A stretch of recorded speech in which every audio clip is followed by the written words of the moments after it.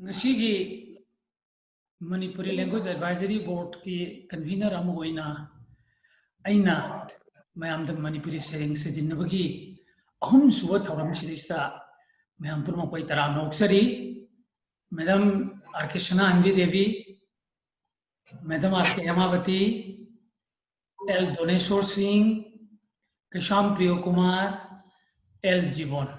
Mayam purma koi tara noksari. Matam yang mangandana aini yan hana R.K. Sanahanbi Devi na ngasigi sering pabagi sering pabasi hodok pinabai hajari R.K. Sanahanbi Devi hobiro. Jumgi tarang lising ani kun ingagi kunithini pan bairai koronong jasida yai pharaba wangle masida adong kai puna motu ikai kunazari isai sereng ani dang lantok sadi aham sereng khaurang nangai jaba mikupta khaurang nangai jakhiba mikupta surakhidaba kongi nongju thana loi khrabada Surapagi kari kanari. Ngai bada khaurang ba mang khaba nongdam thira kanagi punsida lai khigadara hayune mamal tanglo thenglaba sikla ayin. Lokta ki kongol irik phau sikna tungkhun tan ki iyaida. Pirang tan sot laba molang si nuksibagi khudola hayune. Ay ani suba isay sereng gulab ki laikonda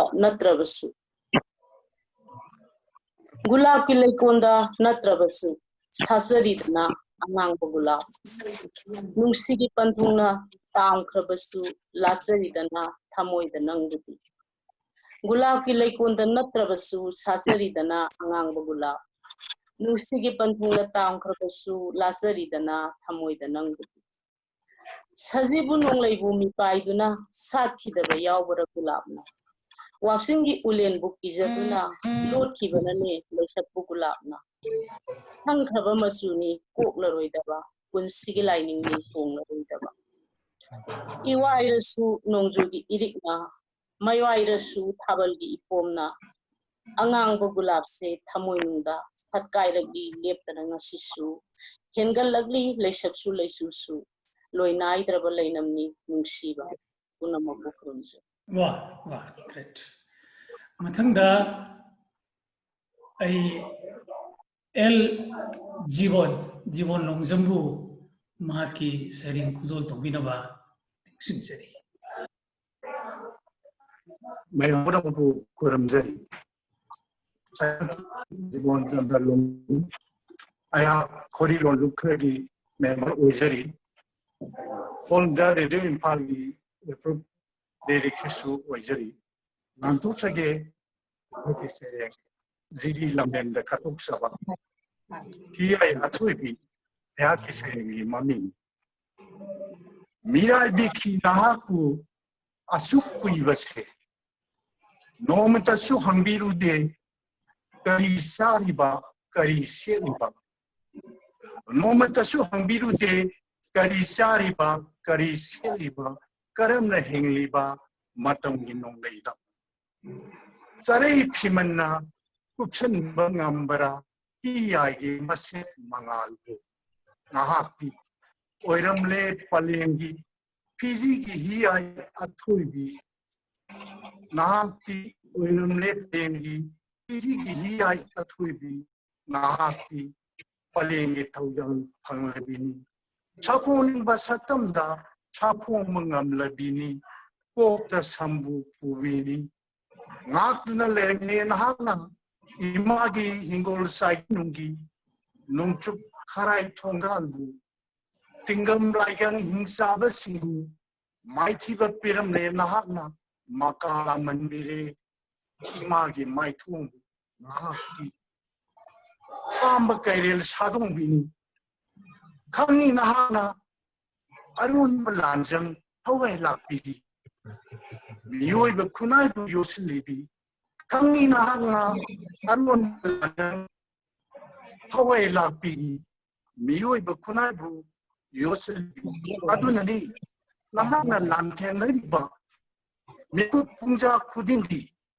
Tawai Lapi Hingsa Biga Natu Maman Sonda Nongchu Karai Tongalbu Pai Nahagna Yawa Kondil Napari Namom Atam Bapwili the Yangu Iba Napari Namom Sing Apa Atam Balamdam the Yangu Iba Adunani Nahagna Yarik Liba Ahing Numidang Kaida Napari Namom Apika Kulam Tuina Gauribam Pari Ivom Halwai Raklo Kambi Meira Thalido Yamdo Lambi Taklido Nahaki Tojalgi Ipakta Maru Lukibani Mahasagarsu Nahaki Tonginda Waitularaba Napari Namong Kibiku Nakonberi Natanunda Nungsina Samanberi Mahik Mayai Akanba Hawaii Lapi Hingsabi Dugi Kurumjet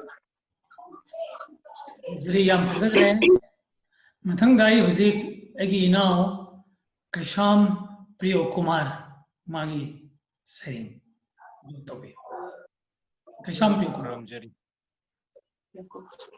I giving Kumar Jose Impal give resist with Jerry aduga aigi say make it diary pal Hongja Kre then 19 Powder Silaki Makan Hongja aigi saying Yam say Amaga some saying Magata Pajage aigi saying Hongja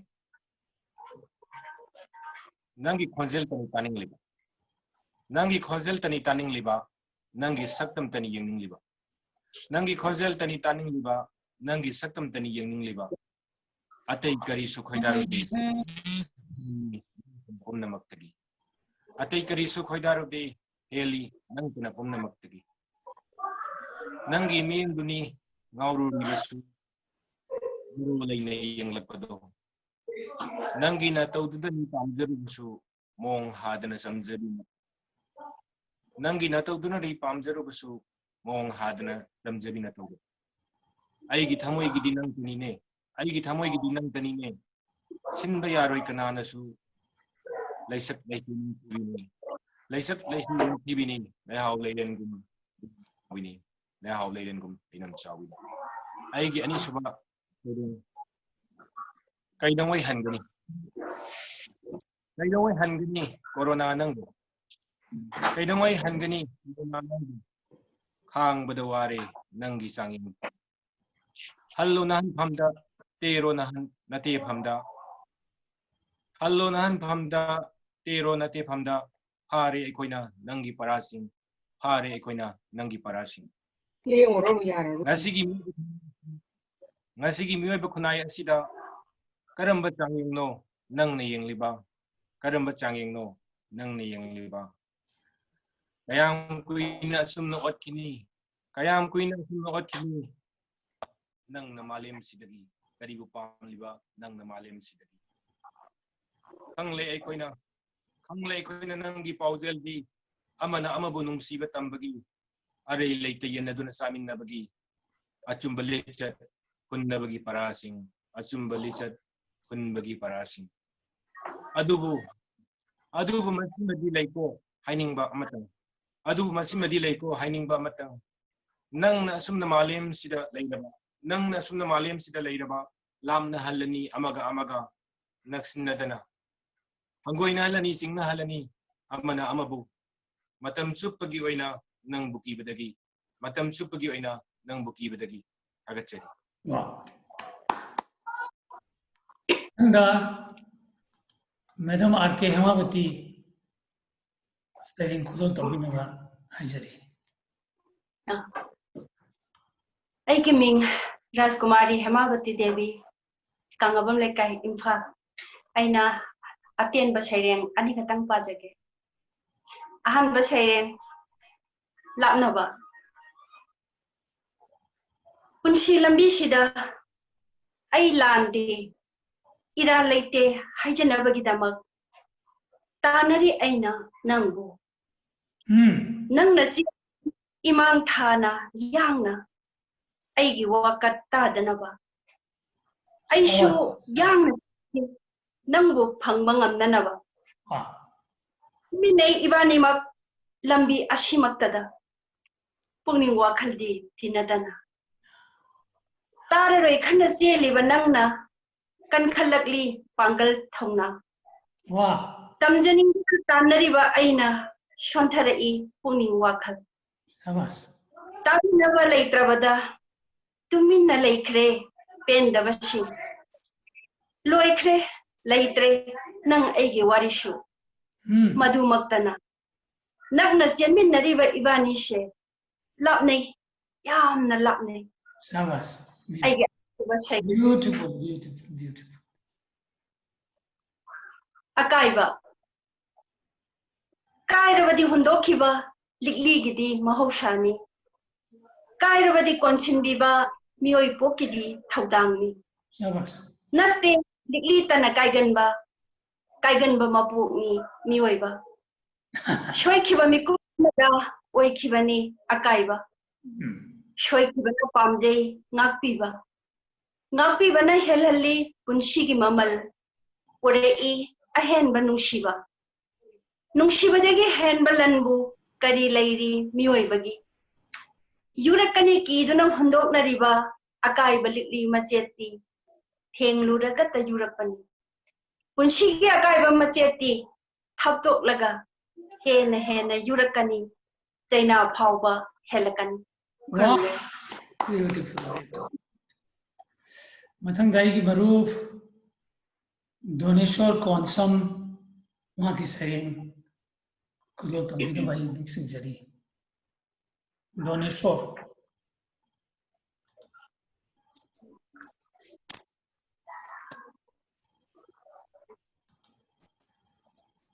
Donesor Konsam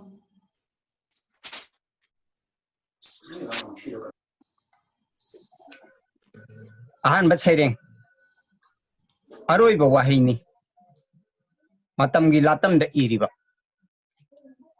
Aroi Wahini Matamgi Latam the Iriba Nungchitna Humbada Sakani Isai Yening Tagi Nongju Nonglikna Chambada Ligani Wari Hinglambagi Aroi Wahini Matamgi Latam the Iriba Nungshivana Mapal Chabani Ningsing Bana Mahiyan Bani Awabagi Aroiba Paumeni Nungaibagi Ahoba Kongchatni Aroiba Warini Matamgi Latam the Iriba Ani Subas Hiring Mangdi Mangni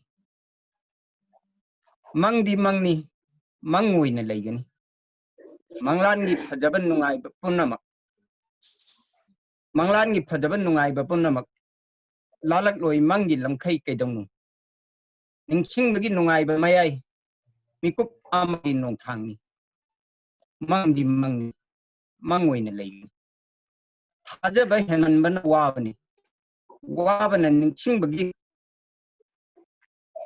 Noi Uivani Taibang the Pangakang the Vajana Ningsing Munaidraba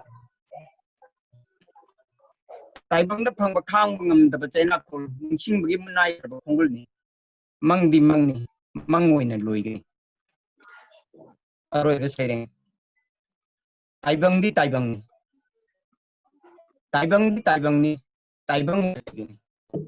Nungchipunamak Nungching Bapunamak Hinglingagin Why among the Mapam Kangla E Warak Lavada Awa Bagin Shira Bay say Oiki Mangi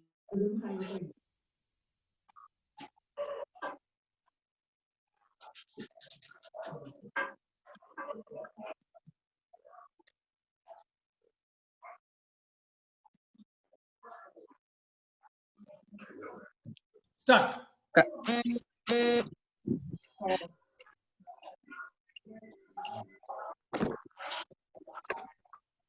Kenapa demikian? Donesor Pabiro Yare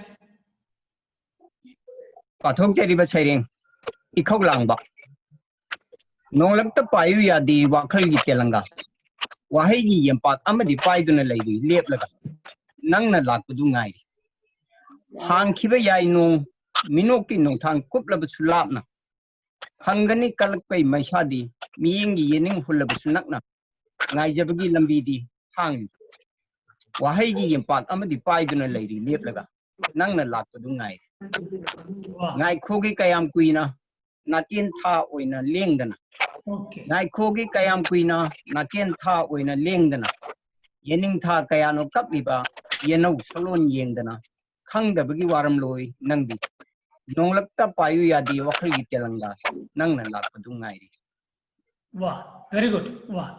Madam Hemabati, please. One attend on the back.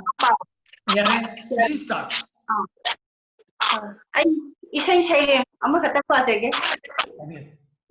nung sibagi torban sida taraba si sanau sing kap sida ba kanabu yaw ba kapna kaine kiba ano ba nung silambi dadi no kida ba kanabu yaw ba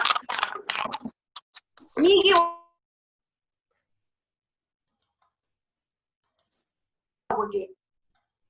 wahang hangliba khoi mosu paukhum piri bale bang minam doba kana yawoge karigi mi pairuni thamoina khangdabagi karigi langtak naruni mataw leba nusibogi da.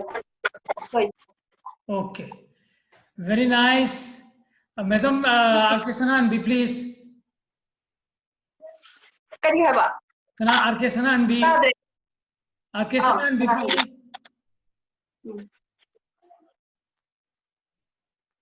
Madam Sanahanbi Papiro. Miyoiba. Aigi sereng miyoiba. Attend ba. Nang kanano ay miyoiba ni.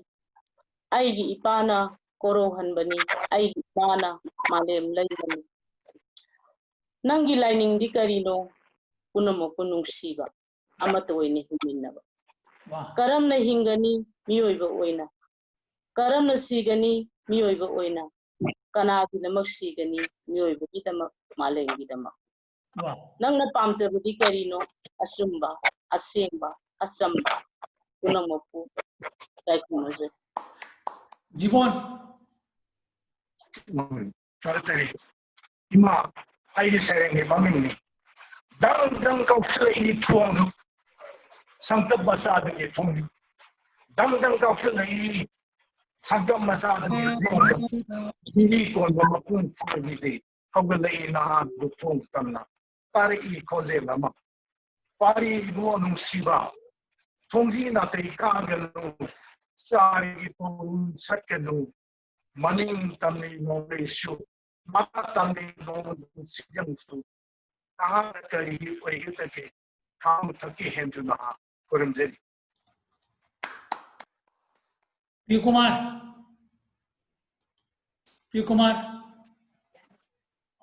Yes. Aigi isay may yam tien tang pajer ki. Iral leitaba ingonda iral kaya thangjin base. Matimuk waba maisakti apam kaida leiram loy. Sak iba lamay ki maisak na hamoy maisak tagi hilam loy. Akan basay na kaya nasu hamoy ki sayna adabi hilam loy. Atsum bana aran bataraba kanano atsum batawdo ba. Hamoy seng na nung siba hang bidra ba mapam da kaidaw ni. Hang bidra ba mapam da kaidaw ni. Loijer. Wow. Great. Mayam puno mag ngasidi matam sapsana. I have only 6-7 minutes. I have just something. Wa kare harga Lucian Lesi yam nungare. Ngasisi yarumai pa ena khali. Mungana thagachari Madam Hemabati, Jibon Longjam, Donesor Konsam, my dear friend, Aruga Sanahanbi Chanu, Aruga Kirankumar. Mayambo Hanna Thagachari, Matanga, I know Sadama 9 minutes Matanga. I will make it. Sure. Namaskar.